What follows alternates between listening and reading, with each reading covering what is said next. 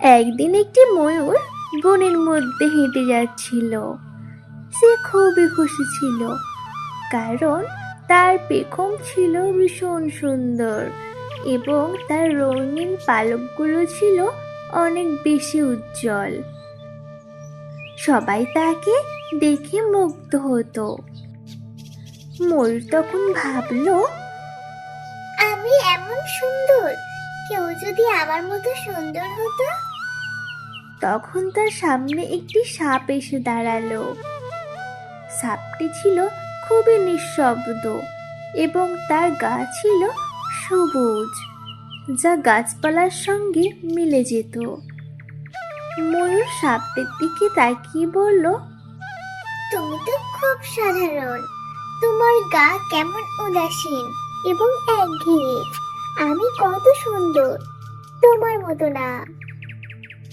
সাপ কিছু না বলে সরে গেল।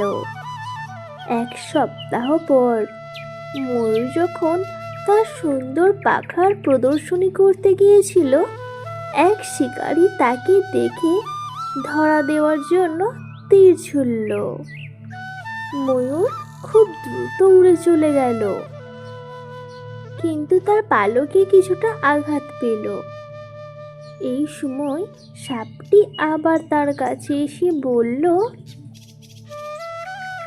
সৌন্দর্য সবার জন্য কাজ করে না, প্রকৃত শক্তি বা গুণ তার ভিতরেই থাকে, যা বাইরের সৌন্দর্য থেকে অনেক বেশি গুরুত্বপূর্ণ। ময়ূর কিছুটা লজ্জিত হয়ে বলল, তুমি ঠিকই বলেছ, বাহ্যিক সৌন্দর্য শেষ পর্যন্ত নিরাপত্তা দিতে পারে না। আসল সৌন্দর্যই অন্তরের মধ্যে থাকে। অনেক দূরের এক রাজ্যে ছিল রাজকুমার আয়ান। তিনি ছিলেন ভীষণ সাহসী এবং বুদ্ধিমান আর সবার প্রিয়। অন্যদিকে পাশের রাজ্যে ছিল রাজকুমারী নীলা, দয়ালু, সুন্দর এবং খুব জ্ঞানী। কিন্তু তার রাজ্যে হঠাৎ এক ভয়ঙ্কর ড্রাগন আক্রমণ করে।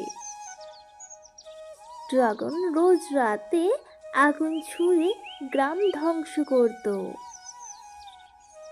রাজা ঘোষণা দিলেন যে এই ড্রাগনকে হারাবে তার সঙ্গে রাজকুমারীর বিয়ে দিবে। অনেক চেষ্টা করলো সবাই, কিন্তু কেউই সফল হলো না। তখন রাজকুমার আয়ান তার ঘোড়া নিয়ে রওনা হলো।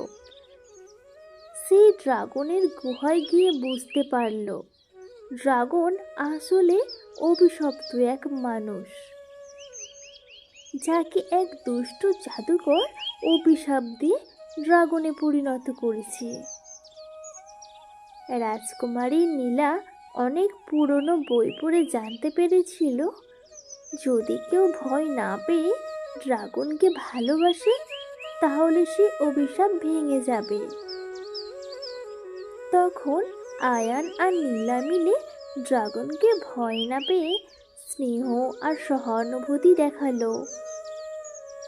হঠাৎই ড্রাগন এক দীপ্তিময় আলোয় মানুষের রূপ নিল। সে ছিল এক বৃদ্ধ রাজপুত্র, যাকে অভিশাপ দিয়ে জাদুকর ড্রাগন বানিয়েছিল। সবাই আনন্দে ভরে উঠল।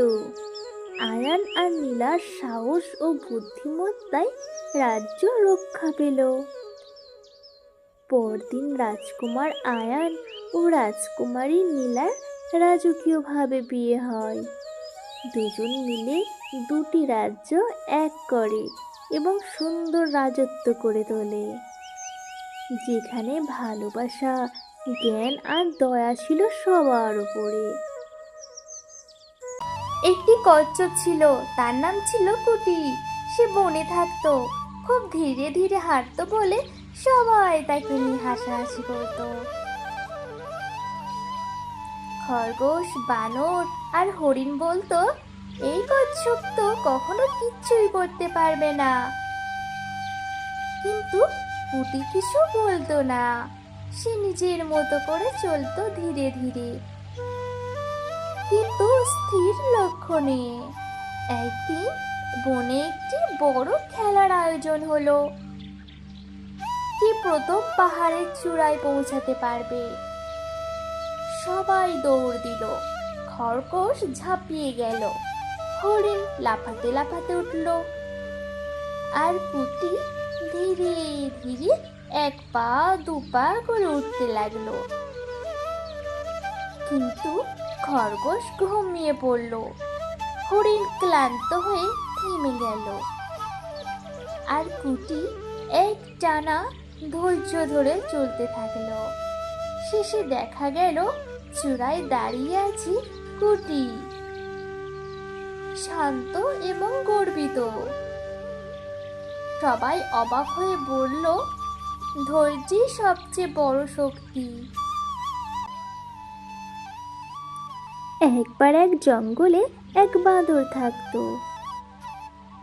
সে ছিল খুবই চালাক।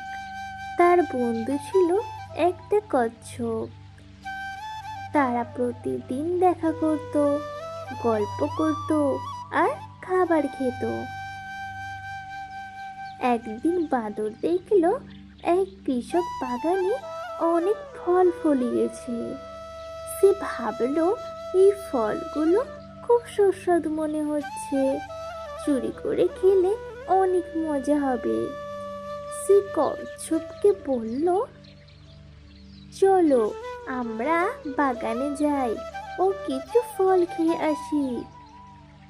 কচ্ছপ বলল, চুরি ঠিক নয়, আমাদের নিজের খাবার খুঁজে খেতে হবে। কিন্তু বাঁদর তার কোনো কথা শোনেনি।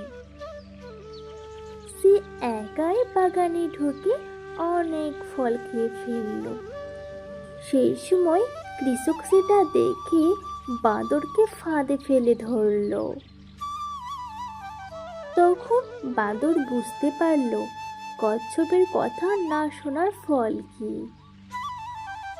শেষে কচ্ছপ কৃষকের কাছে গিয়ে বলল, দয়া করে ওকে ছেড়ে দিন, ও ভুল করেছে কিন্তু শাস্তি পেয়েছে। কৃষক কচ্ছপের বুদ্ধি ও দয়ায় খুশি হয়ে বাঁদরকে ছেড়ে দিল। সেই দিন থেকে বাঁদর আর কখনো চুরি করেনি এবং ভালো বন্ধু কচ্ছপের কথা মেনে চলতো। একটা ছোট্ট সাদা রঙের বিড়াল ছিল, তার নাম ছিল মিনি। সে একটা বাড়িতে থাকতো আর সারাদিন জানালার ধারে বসে বাইরের জগৎ দেখতো। কিন্তু মিনি একটু একা একা থাকতো, তার খেলাধুলার সাথী কেউ ছিল না।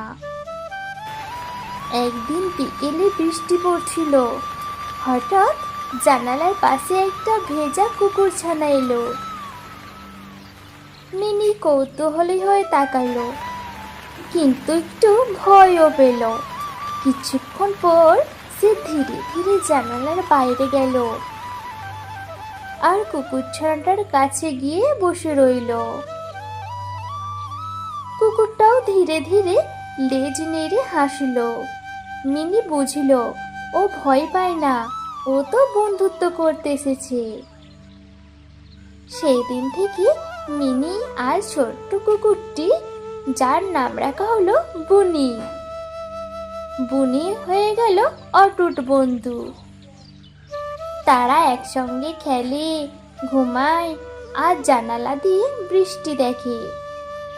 সবাই বলতো বিড়াল আর কুকুর তো বন্ধু হতে পারে না, কিন্তু মিনি আর বুনি প্রমাণ করলো ভালোবাসা আর বন্ধুত্ব সব বাধা পেরিয়ে যেতে পারে।